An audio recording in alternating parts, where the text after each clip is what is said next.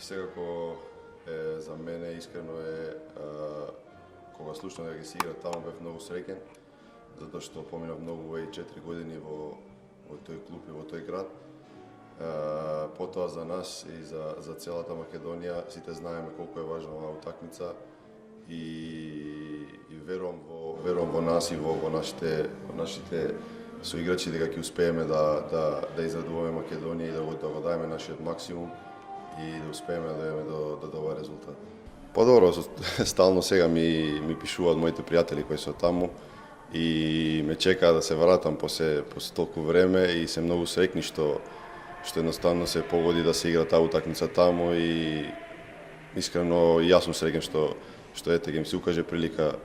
да можам да се вратам таму и да одиграм тој меч со Италија таму и се надевам дека ќе го победим. Подобро, сите знаеме дека некогаш не е убаво да подцените противник, но ја мислам искрено дека сакаме да не подценат и потоа да им покажеме колку сгрешиле, така да секако ние имаме доста добри играчи кои што играат во добри лиги и тоа го покажавме до сега и со добри резултати, со добра игра, со добар фудбал и се надевам дека и таму ќе им покажеме колку ствари вредиме. Па мислам дека ќе биде доста поразличен за нив, искрено беше и тој многу важен затоа што потоа испадна, не отидоа на европско првенство. Но сепак оваа утакмица е една и секако важи за